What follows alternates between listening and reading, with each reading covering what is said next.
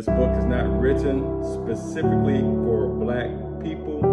It is written for people because we have to understand each other's cultures in order to be effective in the classroom. If you ignore the cultural relevancy and you're not able to develop relationships, then the teaching is going to suffer. As a matter of fact, it is my true, staunch belief that in today's schools, cultural leaders are needed more so than instructional leaders. You can learn instruction at home by yourself studying. You cannot learn culture at home by yourself studying. You need to engage in the culture. And the only way to do that is to study and engage in that culture from people who are within that culture. I know that makes complete sense. If I want to learn Spanish and be immersed in the Spanish culture, it would probably benefit me to go to a Spanish-speaking environment. It will help me learn the language much, much quicker than trying to study it on my own. That's actually been shown to be very true. And that's my stance on this book. I want to get into the first chapter. The first chapter is called, and I'm only going to read a page or two. The first chapter is called The Problem with Educating Black Kids. And my book is written for everyone. It's not written specifically for African Americans. It's not specifically written for white Americans or Asian Americans or Latino Americans. It's written for everyone to understand the culture of African Americans and how to address our schooling and how to be successful. Again, first chapter, the problem with educating Black kids. Allow me to elucidate. All of the United States presidents have promised everything possible to offset the dismal results achieved in the education of Black students. Quote, Kwame, most people are incapable or they act incapable, unquote. These are the words my mother left with me the day she died. She had never expressed such cynicism to me before, but she expressed this belief with a lot of conviction on May 30th, 2004. I was 34 years old and I buried her a week later. She was an educator of 32 years.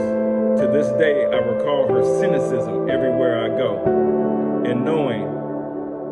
And not knowing what I'll encounter on my way, or not knowing the experiences that I will have.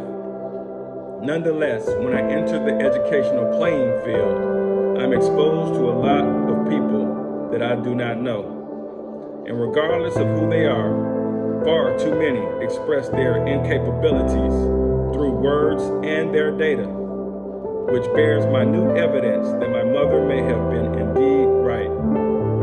Of course, I never called the president incapable, but we'll see how our nation of educators will respond to the new call, whatever that may be. And post-COVID, many have simply thrown in their towel already, citing student apathy. Now, I'm surely not the brightest person on this block. I am, however, brighter than average in my small circle of awareness and the things that interest me. Of course, some of these things include religion, sex, and politics.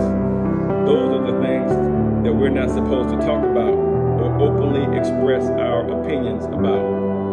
The commonality in each of the aforementioned categories is that most of us really don't know much about either, but we pretend that we do.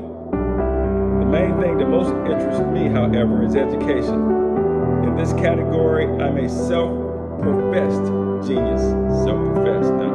And basically, you can't tell me much. We got a shirt at Morehouse that says that. You can tell a Morehouse man, but you can't tell him much. Why can't you tell me much? Because I've effectively done the jobs people love to debate about, meaning I've been actively employed in the following public education occupations for the past 28 years.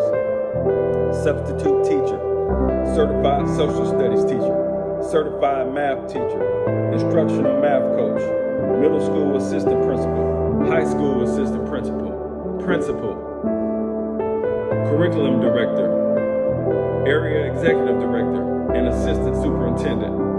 In the midst of these assignments, I was also busy earning graduate degrees in educational leadership and another advanced degree in curriculum and instruction. To punctuate my stance, I've been chronicled 5 times, twice for being an outstanding student, once for being an outstanding math teacher, and twice for being an outstanding principal.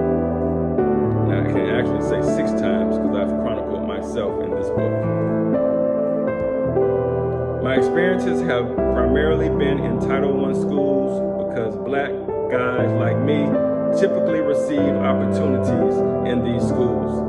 Many people shy away from these positions or would rather take the easier locations to ensure their track record isn't tarnished by a failing effort. This is an option I've never been afforded. However, I've used these experiences as a proving ground. With all of the debate and psychology around the at-risk, urban raised, inner city, low socioeconomic status, fatherless, underserved, academic gap prone Black child, one truth has been proven through my very own efforts. The at-risk child was born and raised in the minds of adults and not in the minds of children. When the adults change their mind about educating our children, then the children will follow the adults. This goes for parents, educators, policymakers, and all stakeholders. The last time I checked, adults still ran the world. The thoughts that will